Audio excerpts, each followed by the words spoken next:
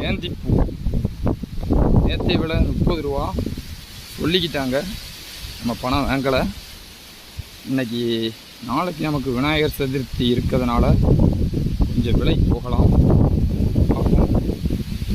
ஒரு 20 கிலோ இல்லை 15 கிலோ கூட இருக்கலாம்.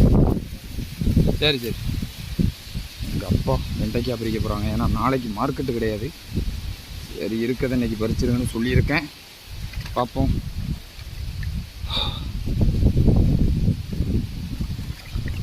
அதாவது ஃபுல்லாகவே தண்ணி பாய்ச்சிருக்கோம். ஒரே சகதி போட.